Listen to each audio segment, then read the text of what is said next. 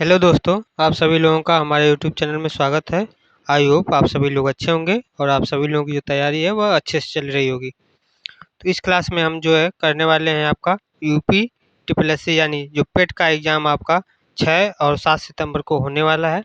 तो उस पेट के जो है प्रैक्टिस सेट को जो है हम इस क्लास में करेंगे। जिस आज का जो हमारा है यह प्रैक्टिस सेट नंबर फर्स्ट है। इससे संबंधित जो है कुछ प्रीवियस ईयर प्रश्नों को जो है हमने करवा दिया है। अगर आप लोग नहीं देखें तो जाकर देख सकते हैं। अब हम जो है आपके प्रैक्टिस सेट को करेंगे, यानी कि यहाँ से जो आपके एग्ज़ाम में पूछे जाने की जो संभावना है वह बहुत ही ज़्यादा रहेगी। तो चलिए शुरू करते हैं प्रैक्टिस सेट को।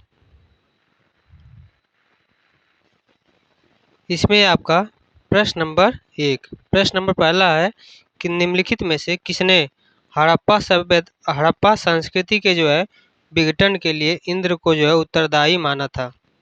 किसने जो है हड़प्पा संस्कृति के विघटन के लिए इंद्र को जो है उत्तरदायी माना था। तो इस प्रश्न का सही आंसर क्या हो जाएगा? इसका सही आंसर आपका हो जाएगा सर मार्टिमर व्हीलर ने।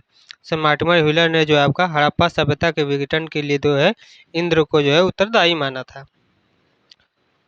अगला प्रश्न आपका है प्रश्न नंबर 2। प्रश्न है कि निम्नलिखित में से कौन सा जैन ग्रंथ जैन भिक्षुकों के लिए नियमों का जो है वर्णन करता है। तो इसमें से जो है कौन सा जो है आपका जैन भिक्षुकों के जो है लिए नियमों का वर्णन करता है। तो इसका सही आंसर हो जाएगा आचरांग सूत्र। आचरांग सूत्र जो है इस प्रश्न का सही आंसर होगा। तो सही आंसर क्या हो जाएगा? Option number A. अगले प्रश्न की तरफ बढ़ते हैं। प्रश्न नंबर आपका 3। प्रश्न नंबर 3 है कि निम्नलिखित में से अशोक का जो है कौन सा शिलालेख 5 यवन राज्यों में धर्म प्रचारकों के जो है भेजने का जो है वर्णन करता है। कौन सा जो है शिलालेख जो है वर्णन करता है। तो इसका सही आंसर आपका हो जाएगा शिलालेख 8 यानी कि शिलालेख 8। तो सही आंसर क्या हो जाएगा? ऑप्शन नंबर डी शिलालेख 8। प्रश्न नंबर आपका 4 है कि ऋग्वेद में उल्लिखित 10 राज्य युद्ध किस नदी के जो है तट पर लड़ा गया था। किस नदी के जो है तट पर लड़ा गया था। तो इसका सही आंसर आपका हो जाएगा परूली। परूली के जो है तट पर लड़ा गया था। सही आंसर क्या हो जाएगा? ऑप्शन नंबर सी परूली। अगला प्रश्न आपका है प्रश्न नंबर 5। प्रश्न नंबर 5 है कि किस मुगल सेनानायक के साथ शिवाजी ने जो है पुरंदर की जो है संधि जो कि आपका 1665 ईस्वी में हुई थी उस पर जो है हस्ताक्षर किए थे। तो किस मुगल सेनानायक के साथ शिवाजी ने किए थे। तो इसका सही आंसर आपका हो जाएगा जय सिंह के साथ।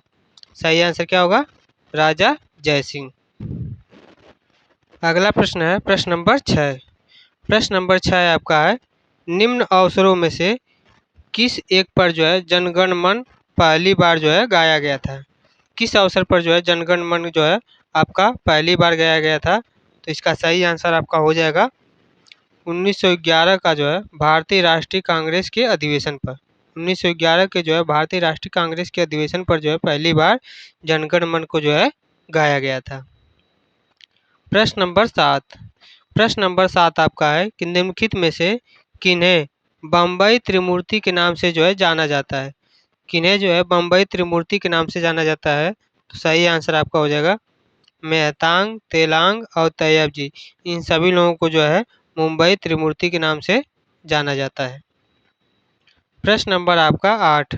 प्रश्न है कि भारत छोड़ो आंदोलन के समय कौन सा युवा महिला नेत्री अवज्ञा और प्रतिरोध का जो है प्रतीक थी।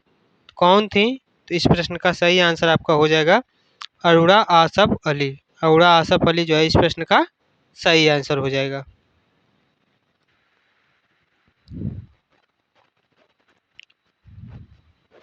प्रश्न नंबर 9। प्रश्न नंबर 9 आपका है भारतीय राष्ट्रीय कांग्रेस की प्रथम भारतीय महिला अध्यक्ष निम्नलिखित में से कौन थी। भारतीय राष्ट्रीय कांग्रेस की जो प्रथम भारतीय महिला अध्यक्ष है निम्नलिखित में से कौन थी। तो भारतीय राष्ट्रीय कांग्रेस की जो है पहली महिला अध्यक्ष, भारतीय राष्ट्रीय कांग्रेस की पहली महिला अध्यक्ष जो थी वह आपकी थी एनी बेसेंट। एनी बेसेंट जो है इसमें से आपका दिया सरोजिनी नायडू, जो कि ऑप्शन में दिया नहीं हुआ है। तो इसमें से क्या हो जाएगा? सही आंसर हो जाएगा इनमें से कोई नहीं। प्रश्न नंबर 10। प्रश्न नंबर आपका 10 है कि किसके सुझावों पर भारतीयों को साइमन कमीशन से बाहर रखा गया? किसके जो है सुझावों पर भारतीयों को साइमन कमीशन से बाहर रखा गया? तो इसका सही आंसर हो जाएगा लॉर्ड इरविन। लॉर्ड इरविन के जो है सुझावों पर भारतीयों को जो है साइमन कमीशन से क्या किया गया था? बाहर रखा गया था। साइमन कमीशन कब हुआ था? तो 3 फरवरी सन 1928 को जो है साइमन कमीशन को जो है भारत में लाया गया था। अगला प्रश्न आपका है प्रश्न नंबर 11। प्रश्न नंबर आपका 11 है 9 डिग्री चैनल अव्यवस्थित है। 9 डिग्री चैनल जो आपका है यह अव्यवस्थित है। कहाँ पर? तो इसका सही आंसर होगा कवरत्ती तथा मिनिकॉय के बीच। कवरत्ती तथा मिनिकॉय के बीच जो है आपका 9 डिग्री चैनल अव्यवस्थित है। प्रश्न नंबर आपका 12। प्रश्न नंबर 12 है कि भूमध्य सागरीय जलवायु की जो है विशेषता क्या है? भूमध्य सागरीय जलवायु की विशेषता क्या है? तो इसका सही आंसर होगा उष्ण उष्ण ग्रीष्म ऋतु एवं आर्द्र जोड़े की जो है ऋतु। यह आपका क्या होगा? भूमध्य सागरीय जलवायु की जो है ऋतु होगी। तो सही आंसर हो जाएगा ऑप्शन नंबर ए। अगला प्रश्न आपका है प्रश्न नंबर 13। प्रश्न नंबर 13 है मकर संक्रांति के समय कर्क रेखा पर जो है दोपहर के समय सूर्य का जो उनतास होता है वह कितना होता है? सूर्य का जो उनतास होता है कितना होता है? तो आपका होता है 43 डिग्री सेल्सियस। तो सही आंसर क्या हो जाएगा? Option number B 43 degree Celsius. प्रश्न नंबर आपका 14 है कि निम्नलिखित नदियों में किनके मध्य विष्ट दोआब को जो है फैला हुआ है? किन नदियों के बीच जो है विष्ट दोआब जो है फैला हुआ है? तो इसका सही आंसर होगा ब्यास एवं सतलज नदी के बीच। ब्यास और सतलज नदी के बीच जो है आपका विष्ट दोआब फैला हुआ है। सही आंसर क्या हो जाएगा? Option number B. अगले प्रश्न की तरफ बढ़ते हैं प्रश्न नंबर 15। प्रश्न नंबर 15 है निम्न में से कौन भारत में सबसे बड़ा मशीनरीकृत खान है? भारत में जो है सबसे बड़ा मशीनरीकृत खान जो है निम्नलिखित में से कौन सा है? तो सही आंसर होगा बैलाडीला खान। बैलाडीला खान जो है आपका सबसे बड़ा मशीनरी खान है भारत में। तो सही आंसर क्या हो जाएगा? Option number D. प्रश्न नंबर आपका 16 है गवर्नमेंट ऑफ इंडिया एक्ट 1935 को किसने दासता का जो है एक नया अधिकार पत्र कहा था? गवर्नमेंट ऑफ इंडिया एक्ट 1935 को किसने जो है दासता का जो है नया अधिकार पत्र कहा था? तो इसका सही आंसर आपका हो जाएगा जवाहरलाल नेहरू। किसने कहा था? जवाहरलाल नेहरू ने। सही आंसर क्या हो जाएगा? Option number B. अगला प्रश्न आपका है प्रश्न नंबर 17। प्रश्न नंबर 17 है निम्नलिखित में से राज्य के नीति निर्देशक तत्वों का कौन सा अनुच्छेद राज्य को निर्देशित करता है कि वे उद्योगों के जो है प्रबंधन में कामगारों की जो है सहभागिता को जो है सुनिश्चित करें? तो कौन सा जो है आपका राज्य के नीति निर्देशक तत्व के जो है कौन सा अनुच्छेद है? तो इसका सही आंसर होगा आपका 43 का ए। आर्टिकल 43 का ए है जो कि आपका उद्योगों के प्रबंधन में कामगारों की जो है सहभागिता के लिए सुनिश्चित करता है। सही आंसर क्या हो जाएगा? Option number A. आगे बढ़ते हैं आपका प्रश्न नंबर आपका 18 है केंद्र सरकार और राज्य सरकारों को जो है प्राधिकार प्राप्त होता है। केंद्र सरकार और राज्य सरकारों को प्राधिकार प्राप्त होता है। तो इसका सही आंसर क्या होगा कि भारतीय संविधान से। किससे प्राधिकार प्राप्त होता है? भारतीय संविधान से। सही आंसर क्या हो जाएगा? Option number A. अगला प्रश्न आपका है प्रश्न नंबर 19। प्रश्न है कि भारत का संघीय न्यायालय निम्नलिखित में से किस वर्ष में जो है स्थापित किया गया था? भारत का जो संघीय न्यायालय है निम्नलिखित में से जो है किस वर्ष में स्थापित किया गया था? तो इसका सही आंसर आपका हो जाएगा कि उपयुक्त में से कोई नहीं। संघीय न्यायालय जो है आपका किस वर्ष में स्थापित किया गया था? 1937। 1937 को जो है आपका भारत का संघीय न्यायालय जो है स्थापित किया गया था। चूँकि 1937 इसमें नहीं दिया हुआ है तो सही आंसर क्या हो जाएगा? आपका उपयुक्त में से कोई नहीं। अगला प्रश्न है प्रश्न नंबर 20। प्रश्न नंबर 20 है, पंचायतों के लिए कराए जाने वाले सभी निर्वाचनों के संचालन का जो अधिक अधीक्षण है, निर्देशन और नियंत्रण निहित होता है। तो यह जो है आपका किसमें होता है? तो प्रश्न नंबर 20 का सही आंसर होगा राज्य निर्वाचन आयोग में। कहाँ पर होता है? तो राज्य निर्वाचन आयोग में। सही आंसर आपका हो जाएगा ऑप्शन नंबर डी। अगला प्रश्न है प्रश्न नंबर 21। प्रश्न है कि रिगेलमैन स्केल का जो प्रयोग है निम्नलिखित के जो है घनत्व मापन में होता है। किस चीज़ के जो है घनत्व मापन में जो है रिगेलमैन का जो है प्रयोग होता है?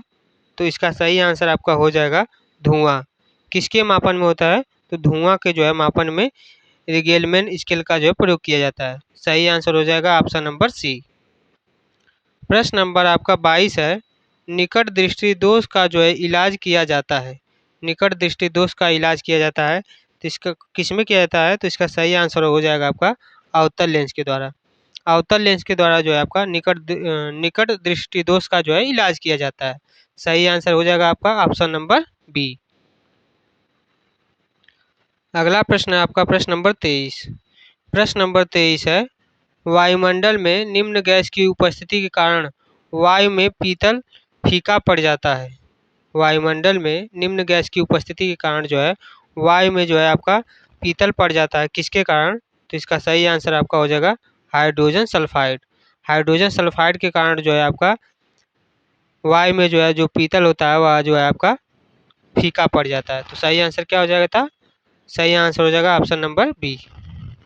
प्रश्न नंबर 24 है, जीव विज्ञान नाम दिया गया। जीव विज्ञान जो है यह आपका नाम दिया गया है किसके द्वारा? तो इसका आंसर आपका हो जाएगा लैमार्क के द्वारा। लैमार्क के द्वारा जो है आपका जीव विज्ञान नाम जो है दिया गया है। सही आंसर क्या हो जाएगा? Option number B. देखिए आप लोगों के लिए इतनी अच्छी क्लास ला रहे हैं तो आप लोग ज़रूर से इस वीडियो को जो है लाइक कर दीजिए। अगर कोई आपका डाउट हो या फिर कोई प्रश्न हो तो आप कमेंट भी कर सकते हैं। कमेंट करिए, लाइक करिए और ज़्यादा से ज़्यादा लोगों के पास शेयर करिए ताकि सभी लोग जो है तैयारी कर सकें। और चैनल को जो है आप लोग ज़रूर से ज़रूर सब्सक्राइब करिए। चलिए बढ़ते हैं अगले प्रश्न की तरफ। प्रश्न नंबर आपका 25 है, पोलियो के जो है टीके की खोज किसने की? पोलियो के जो है टीके की जो है खोज किसने किया है? तो इसका आंसर हो जाएगा जॉन साल्क। जॉन साल्क ने जो है आपका पोलियो के जो है टीके की जो है खोज किए हैं। तो सही आंसर क्या हो जाएगा? Option number B. प्रश्न नंबर आपका 26 है, निम्नलिखित में से किस समिति के द्वारा भारत में गरीबी के आकलन हेतु पहली बार स्वास्थ्य एवं शिक्षा पर होने वाले निजी व्यय को भी शामिल किया गया? स्वास्थ्य एवं शिक्षा पर जो है होने वाले निजी व्यय को जो है शामिल किया गया तो वह कौन सा है? तो इसका सही आंसर होगा तेंदुलकर समिति के द्वारा। किस समिति के द्वारा? तेंदुलकर समिति के द्वारा। तो सही आंसर हो जाएगा आपका ऑप्शन नंबर सी, तेंदुलकर समिति। अगला प्रश्न है प्रश्न नंबर 27। प्रश्न नंबर 27 है, सर्वप्रथम क्षेत्रीय ग्रामीण बैंक की जो शुरुआत कब हुई है?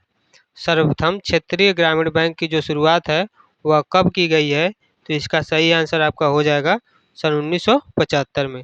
सन 1975 में आपका क्षेत्रीय ग्रामीण बैंक की जो है शुरुआत की गई है। सही आंसर होगा ऑप्शन नंबर सी। अगले प्रश्न की तरफ बढ़ते हैं। प्रश्न नंबर 28 आपका है कि राष्ट्रीय खाद्य सुरक्षा अधिनियम लागू हुआ है। राष्ट्रीय खाद्य सुरक्षा अधिनियम जो है आपका यह कब लागू हुआ है? तो इसका आंसर आपका हो जाएगा सन 2013। राष्ट्रीय खाद्य सुरक्षा अधिनियम कब लागू हुआ है? तो आपका जो है लागू हुआ है सन 2013 में।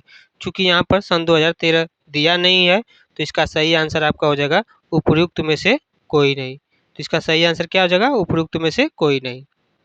अगला प्रश्न है प्रश्न नंबर 29। प्रश्न है, भारत में national food for work programme किस वर्ष में जो है शुरू किया गया था? भारत में national food for work programme को जो है किस वर्ष जो है आपका शामिल किया गया था? तो इसका आंसर होगा सन 2004 में। सही आंसर क्या हो जाएगा? सन 2004 में, यानी कि ऑप्शन नंबर ए सही हो जाएगा। अगला प्रश्न है प्रश्न नंबर 30। प्रश्न है, मुक्त बाजार अर्थव्यवस्था डैश का जो है एक महत्वपूर्ण पहलू है। तो मुक्त बाजार अर्थव्यवस्था जो है किसका एक महत्वपूर्ण पहलू है? तो इसका आंसर हो जाएगा पूंजीवादी का। किसका महत्वपूर्ण आपका पहलू है मुक्त बाजार अर्थव्यवस्था? तो पूंजीवादी का जो एक महत्वपूर्ण पहलू है। सही आंसर हो जाएगा ऑप्शन नंबर सी। अगला प्रश्न है प्रश्न नंबर 31। प्रश्न है कि उपचार कूट यानी कि चापचार कूट, यहाँ पर देखिए चपचार कूट जो है राज्य का जो है किस राज्य का जो है एक त्योहार है। यह जो है झूम ऑपरेशन के सबसे कठिन कार्य यानी कि जंगल साफ करने, जंगल के अवशेषों को जो है साफ करना के पूरा होने के बाद जो है मार्च के दौरान मनाया जाता है। यानी कि चपचारकूट जो है त्यौहार, यह आपका किस राज्य का त्यौहार है? तो इसका सही आंसर होगा मिजोरम का। कहाँ का त्यौहार है? मिजोरम का त्यौहार है आपका चपचारकूट। तो सही आंसर होगा ऑप्शन नंबर ए मिजोरम।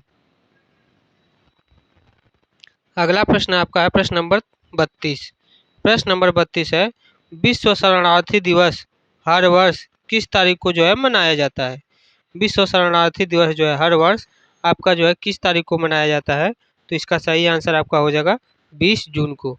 20 जून को जो है विश्व शरणार्थी दिवस के रूप में मनाया जाता है हर साल। सही आंसर हो जाएगा ऑप्शन नंबर ए। अगला प्रश्न आपका है प्रश्न नंबर 33। प्रश्न है 1948 ओलंपिक खेलों का जो आयोजन स्थल है कहाँ पर था? 1948 में ओलंपिक खेलों का आयोजन जो है आपका कहाँ पर हुआ था? तो इसका सही आंसर हो जाएगा आपका लंदन में। सही आंसर क्या हो जाएगा? Option number B London. अगला प्रश्न आपका है प्रश्न नंबर 34। प्रश्न नंबर 34 है वन अनुसंधान संस्थान देहरादून की जो स्थापना है इम्पीरियल वन अनुसंधान संस्थान के रूप में की गई थी। किस वर्ष इसे जो है इम्पीरियल वन अनुसंधान संस्थान के रूप में जो है स्थापित किया गया था? तो किस वर्ष जो है स्थापित किया गया था? तो इसका सही आंसर आपका हो जाएगा सन 1906 में। किस वर्ष स्थापित किया गया था? तो सन 1906 में जो है आपका स्थापित किया गया था। सही आंसर हो जाएगा ऑप्शन नंबर ए सन 1906। अगला प्रश्न आपका है प्रश्न नंबर 35। प्रश्न नंबर 35 है राष्ट्रीय नमक सत्याग्रह स्मारक कहाँ पर स्थित है? राष्ट्रीय नमक सत्याग्रह स्मारक जो है यह आपका कहाँ पर स्थित है? तो इसका सही आंसर हो जाएगा आपका गुजरात में। कहाँ पर स्थित है?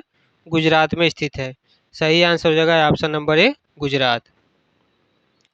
प्रश्न नंबर आपका 36 है भारत के कितने राज्य और केंद्र शासित प्रदेश उत्तर प्रदेश के जो है सीमावर्ती हैं?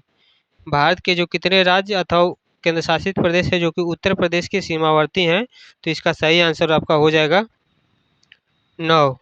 कितने राज्य हैं? भारत के कितने ऐसे राज्य हैं जो कि उत्तर प्रदेश के सीमावर्ती क्षेत्र से हैं? तो 9 राज्य हैं, जिनमें से आपका उत्तराखंड, हिमाचल प्रदेश, हरियाणा, राजस्थान, मध्य प्रदेश, छत्तीसगढ़, झारखंड और बिहार, ये सभी आपके राज्य और केंद्र शासित प्रदेश हैं जो कि आपका उत्तर प्रदेश के जो है सीमावर्ती क्षेत्र हैं। चूँकि इसमें से आपका कोई ऑप्शन नहीं दिया हुआ है, इसलिए इसका सही आंसर हो जाएगा आपका इनमें से कोई नहीं। अगला प्रश्न है आपका प्रश्न नंबर 37।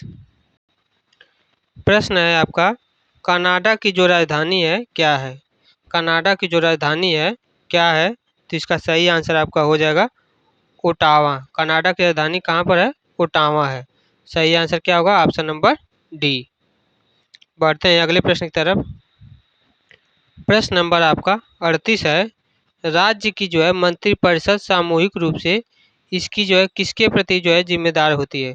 तो किसके प्रति जो है राज्य की मंत्रिपरिषद सामूहिक रूप से किसके प्रति जिम्मेदार होती है? तो यह आपका होता है विधानसभा के प्रति जो है जिम्मेदार होती है। तो सही आंसर क्या हो जाएगा? Option number B.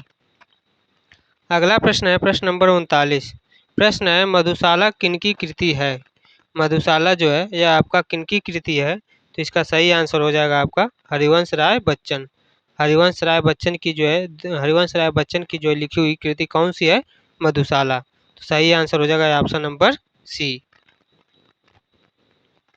अगला प्रश्न है प्रश्न नंबर 40। प्रश्न नंबर 40 आपका है उस्ताद जाकिर हुसैन का जो संबंध है संगीत के जो है किस वाद्य यंत्र से है? उस्ताद जाकिर हुसैन का जो संबंध है संगीत के किस वाद्य यंत्र से संबंधित है? तो सही आंसर होगा तबला। इनका संबंध किससे है? तबला से संबंधित है। सही आंसर हो जाएगा ऑप्शन नंबर बी। अगला प्रश्न है जो कि आपका मैथ है, पूछा है कि इनमें से जो है सबसे बड़ी संख्या क्या होगी। तो इसको आप लोग सॉल्व कर लीजिएगा। हमारे पास सिस्टम नहीं होने की वजह से हम यहाँ पर सॉल्व करके नहीं दिखा सकते हैं, तो यहाँ पर आप लोग सॉल्व कर सकते हैं। मैथ और रीजनिंग के प्रश्नों को सॉल्व कर लीजिए, बाकी करंट अफेयर और भी जो भी प्रश्न होंगे उसको हम करवा देंगे। तो यहाँ पर देखिए, यहाँ तक आपके मैथ के प्रश्न हैं। उसके बाद जो है आपके रीजनिंग के कुछ प्रश्न दिए हुए हैं, तो रीजनिंग के प्रश्नों को भी आप लोग कर सकते हैं। चलिए हम वहाँ से दिखाते हैं जहाँ से आपके प्रश्न पूछे जा सकते। प्रश्न नंबर आपका 56 है कि निम्न में से संधि का कौन सा युग्म जो है आपका गलत है। तो संधि का जो है कौन सा युग्म जो है इनमें से आपका गलत है। तो इसका आंसर आपका हो जाएगा श्रद्धानंद। श्रद्धानंद का जो आपका सद्र प्लस आनंद जो यह दिया हुआ है, यह जो है आपका संधि युग्म जो है क्या है, गलत है। तो सही आंसर क्या हो जाएगा, चूंकि हमसे यहाँ पर गलत पूछा हुआ है तो सही आंसर होगा ऑप्शन नंबर सी। प्रश्न नंबर आपका 57 दिया हुआ है, विज्ञ का जो है विलोम कौन सा होगा। विज्ञ का जो विलोम होगा वह है आपका कौन सा होगा। तो इसका सही आंसर हो जाएगा आपका यज्ञ, अज्ञ। विज्ञ का विलोम क्या होगा, अज्ञ होगा। तो सही आंसर क्या हो जाएगा ऑप्शन नंबर डी। प्रश्न नंबर आपका 58 है, निम्नलिखित में से स्त्रीलिंग शब्द को जो है चुनिए। इनमें से जो है हमें क्या चुनना है कि इनमें से कौन सा जो शब्द है जो कि आपका स्त्रीलिंग है। तो सही आंसर क्या हो जाएगा। तो चूंकि इसमें से आपका जो भी शब्द दिए हुए हैं, कोई भी यह शब्द जो है आपका स्त्रीलिंग नहीं है, तो इसलिए इसका सही आंसर क्या हो जाएगा ऑप्शन नंबर ई, इनमें से कोई नहीं। अगला प्रश्न आपका है प्रश्न नंबर 59। प्रश्न नंबर 59 है, जिसे बुलाया न गया हो वाक्य के लिए जो है प्रयुक्त होने वाला शब्द क्या है। जिसे बुलाया न गया हो उसको एक वाक्य में जो है क्या कहेंगे। तो इसका सही आंसर आपका हो जाएगा जिसे बुलाया न गया हो उसको कहते हैं अनाहूत। जिसे बुलाया न गया हो उसको क्या कहते हैं, अनाहूत कहते हैं। तो सही आंसर आपका हो जाएगा ऑप्शन नंबर सी, अनाहूत। अगला प्रश्न है प्रश्न नंबर 60। प्रश्न नंबर आपका 60 है, मुगल बादशाह शाहजहां ने किस कवि को जो है महाकविराज की जो है पदवी दी है। मुगल बादशाह शाहजहां ने किस कवि को जो है महाकविराज की जो है पदवी दिया है। तो इसका सही आंसर आपका हो जाएगा सुंदर दास। सुंदर दास को जो है मुगल बादशाह शाहजहां ने महाकविराज की जो है पदवी दिए थे, चूंकि इस ऑप्शन में आपका नहीं दिया हुआ है तो इसलिए इसका सही आंसर होगा इनमें से कोई नहीं। सही आंसर क्या हो जाएगा, इनमें से कोई नहीं। आगे के जो आपके बच्चे हुए हैं, कुछ आगे का जो आपका प्रश्न है यह पैसेज से यानी कि पैराग्राफ वाला प्रश्न है। तो पैराग्राफ वाले प्रश्नों को जो है पढ़ने में बहुत ही ज़्यादा समय लगेगा, तो इसको आप लोग कर सकते हैं। तो जो भी आपके मैथ, रीजनिंग और पैसेज वाले प्रश्न थे सभी को हमने स्किप कर दिया है। अब हम करने वाले हैं आपके करंट अफेयर पर बेस जो आगे प्रश्न है उसको देखेंगे, जिसमें आपका प्रश्न है मई 2025 में 22वां भारत टेलीकॉम 2025 का आयोजन कहाँ पर जो है किया गया है। मई 2025 में 22वां भारत टेलीकॉम 2025 का जो आयोजन है कहाँ पर किया गया है। तो इसका सही आंसर आपका हो जाएगा नई दिल्ली। कहाँ पर किया गया है, नई दिल्ली में। तो सही आंसर हो जाएगा ऑप्शन नंबर सी। अगला प्रश्न है प्रश्न नंबर 92।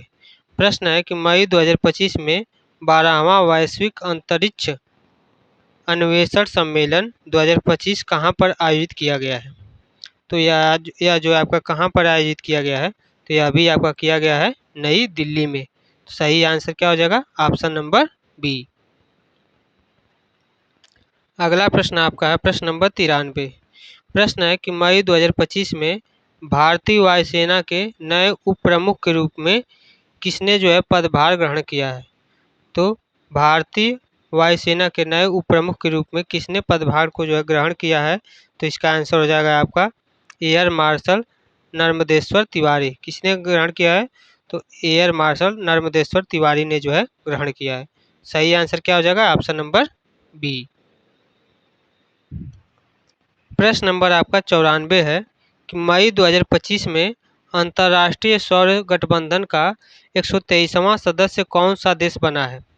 मई 2025 में अंतर्राष्ट्रीय सौर गठबंधन का 123वां जो है सदस्य कौन सा देश जो है बना है? तो यह जो है आपका बना है अंगोला। कौन सा देश बना है? अंगोला। तो इस प्रश्न का सही आंसर हो जाएगा आपका ऑप्शन नंबर डी। अगला प्रश्न आपका है प्रश्न नंबर 95। प्रश्न है मई 2025 में किस कंजर्वेटिव नेता को जर्मनी का जो है नया चांसलर चुना गया? किसको जो है जर्मनी का नया चांसलर जो है चुना गया है? तो इसका सही आंसर होगा फ्रेडरिक मर्ज। फ्रेडरिक मर्ज को जो है कंजर्वेटिव नेता के जो जर्मनी का नया चांसलर चुना गया है। तो सही आंसर हो जाएगा ऑप्शन नंबर ए। प्रश्न नंबर आपका 96 है। मई 2025 में उल्लास नव भारत साक्षरता कार्यक्रम के अंतर्गत भारत का पहला पूर्ण साक्षर राज्य जो है किसे घोषित किया गया है? तो पूर्ण साक्षर राज्य जो है किसे घोषित किया गया है? तो इसका सही आंसर आपका हो जाएगा मिजोरम। मिजोरम को जो है उल्लास नव भारत साक्षरता कार्यक्रम के तहत जो है भारत का पहला पूर्ण साक्षर राज्य जो है घोषित किया गया है। सही आंसर क्या हो जाएगा? Option number C Mizoram. अगला प्रश्न है प्रश्न नंबर 97। प्रश्न नंबर आपका 97 है। 11वें अंतर्राष्ट्रीय योग दिवस 21 जून 2025 की जो थीम है क्या रखी गई है? 21 जून 2025 की जो है 11वें अंतर्राष्ट्रीय योग दिवस के रूप में जो है थीम क्या रखी गई है? तो यह आपका रखा गया है yoga for one earth one health. Yoga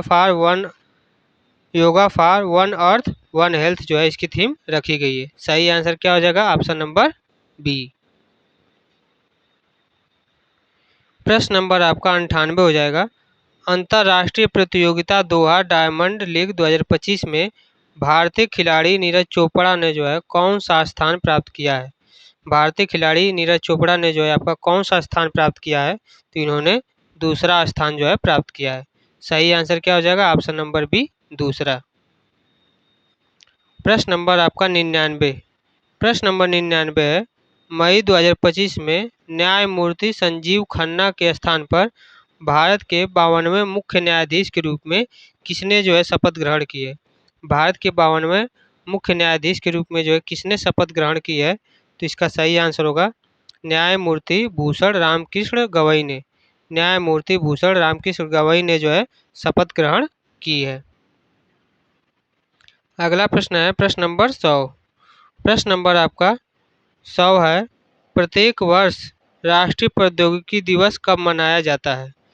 प्रत्येक वर्ष जो आपका राष्ट्रीय प्रौद्योगिकी दिवस है यह जो है आपका कब मनाया जाता है? तो इसका सही आंसर आपका हो जाएगा 11 मई को। 11 मई को जो हर साल आपका राष्ट्रीय प्रौद्योगिकी दिवस के रूप में मनाते हैं। तो सही आंसर हो जाएगा आपका ऑप्शन नंबर डी। तो आज के जितने भी प्रश्न थे सभी को हमने प्रैक्टिस नंबर सेट 1 का जो है हम करवा दिया है। तो हमारे इस यूट्यूब चैनल पर जो है डेली आप लोगों को प्रैक्टिस सेट मिलते रहेंगे। अगर आप लोग इस प्रैक्टिस सेट को कर लेते हैं तो एग्ज़ाम में जो है आपको बहुत ही ज़्यादा प्रश्न यहाँ से देखने को मिलेंगे।